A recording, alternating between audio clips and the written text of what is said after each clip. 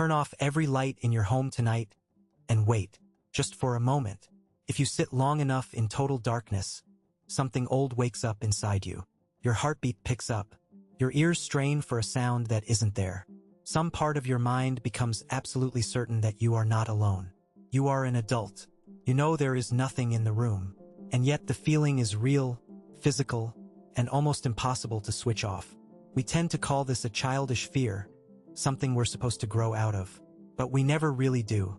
And that's the first clue that the fear of the dark is not a weakness at all. It's a memory, one that is far, far older than you. To understand it, you have to forget everything you know about the modern night. No streetlights, no glowing screens, no switch on the wall. For almost the entire history of our species, when the sun went down, the world did not dim. It vanished. And into that blackness came the things that hunted us. Because here is a truth we don't like to think about. For most of our existence, humans were not the top of the food chain. We were prey. We were slow. We had no claws, no fangs, no armor. Our eyes, unlike a cat's or an owl's, are nearly useless in the dark. And the predators of the ancient world knew this. The leopards, the hyenas, the great cats that stalked the plains of Africa did their killing at night, precisely when we could not see them coming. Scientists who study our earliest ancestors have found their bones with the tooth marks still in them. One of the most famous early human children ever discovered was killed by a large bird of prey. Skulls have been found with puncture holes that match perfectly the fangs of a leopard. For our ancestors, the dark was not a mood or a metaphor. The dark was the single most dangerous thing in their entire world. And not all darkness was equal. On a clear night, the moon was our ancestors' only ally. A full moon turned the black world to silver, pushing the shadows back just far enough to spot a predator before it reached you. But the moon keeps its own schedule. Every month there came nights when it thinned to a blade of light and then vanished completely. On those moonless nights, the darkness was absolute, and the danger climbed to its peak. Imagine knowing, without a calendar, without a clock, that certain nights were simply more likely to kill you. Our ancestors lived by that rhythm for so long that some scientists believe it left a mark on us.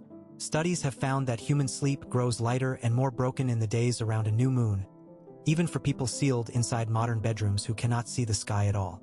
Think about that. A tiny, invisible clock, still ticking inside you, still bracing for the darkest nights of the month, thousands of generations after the danger passed. Your body never got the message that it was safe to stop counting. So imagine what nightfall actually meant to them. The light drains from the sky. You cannot see past a few steps. Somewhere out there, something is awake, and it is hungry, and it can see you even though you cannot see it. Every rustle in the grass could be the wind, or it could be the last sound you ever hear.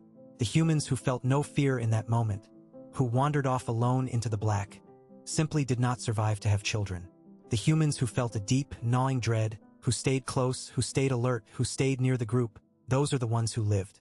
And we are their descendants. We inherited their fear on purpose. And then, everything changed. Somewhere along the way, our ancestors did something no animal had ever done. They captured a piece of the sun. Fire. It is almost impossible to overstate what fire did for us. It gave warmth in the cold, cooked our food, unlocking energy that helped grow our enormous brains. But more than anything, in the middle of that lethal darkness, fire gave us a circle of light, a small, flickering border between us and the night. Around that fire, for the first time, our ancestors could relax. They could sit together. They could sleep in shifts, one person keeping watch while the others rested.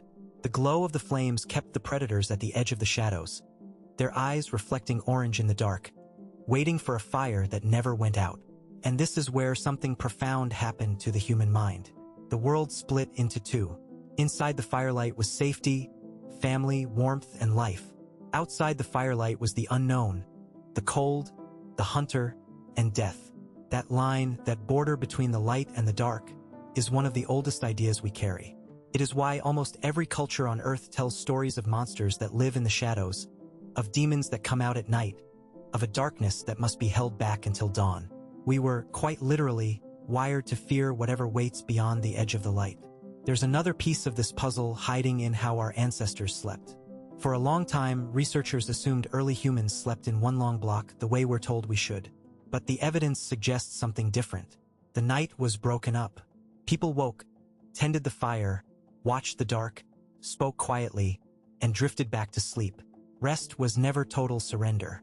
There was always a part of the mind left on guard. And that watchful part of you never fully switched off. Still there. It's the reason a sudden noise at 3 in the morning can launch you from deep sleep to wide awake in a single heartbeat. Your body still believes it might need to run. There is a reason the dark feels so crowded with threat, and it comes down to how your brain is built. Deep inside it sits a small, almond-shaped structure called the amygdala, an ancient alarm system that decides, faster than conscious thought, whether something is dangerous. In daylight, your eyes flood that alarm with information, and it stays quiet. But in the dark, that flood suddenly stops. And here is the thing your brain simply cannot tolerate. It hates an empty space, so it does something remarkable and a little terrifying. It fills the darkness in for you. Every vague shape becomes a possible predator. Every faint creak becomes a footstep drawing closer. This is not your imagination failing you. It is your imagination performing the exact task evolution designed it for, assuming the worst so that you survive to see the sun again. Picture 2 of our ancestors sitting in the black. One hears a rustle and thinks, it is only the wind. The other hears the same rustle and runs. 9 times out of 10, the first one is right, but the 10th time he is dead. You are descended from the one who ran. Now think about who feels the fear of the dark most strongly. Children. And that, too, makes a terrible kind of sense. In the ancient world, a child alone in the dark was the most vulnerable creature imaginable. A child who was afraid, who cried out, who refused to wander from the fire and the safety of adults, was a child who lived to grow up. The fear that we try so hard to comfort out of our kids may be one of the very things that kept our species alive. It is not a flaw in them. It is a gift from every ancestor who survived the night. And here is the detail that makes all of this so strange. Everything you are, this entire inheritance of fear, was carved into you across more than 200,000 years of darkness. The electric light bulb is barely 150 years old. For every single hour a human being has lived under the safety of a switch, our ancestors lived out weeks and months, and whole lifetimes in a night that could end them. Evolution does not move fast enough to undo that. 150 years is nothing to it. A single blink in the long dark of our story. Your body has no idea the danger is gone. As far as your nervous system is concerned, the world beyond the light is still full of teeth and patience.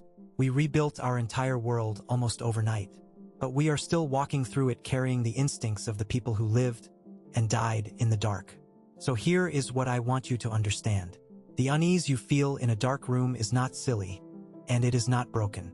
It is a survival program, written into you across hundreds of thousands of years, by a world that no longer exists.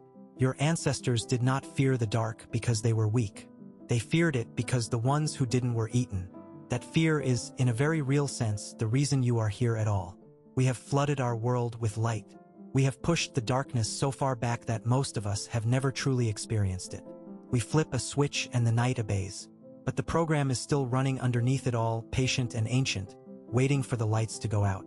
So the next time you feel it, that prickle on the back of your neck when the room goes black, don't be embarrassed by it. Recognize it for what it is. You are feeling something almost as old as humanity itself. It is the oldest part of you, the part that huddled by the fire and kept watch while the rest of the world slept. And even now, in your safe and quiet home, some small, faithful piece of your mind is still doing the same thing it has always done. Still listening. Still watching the dark. Still keeping you alive.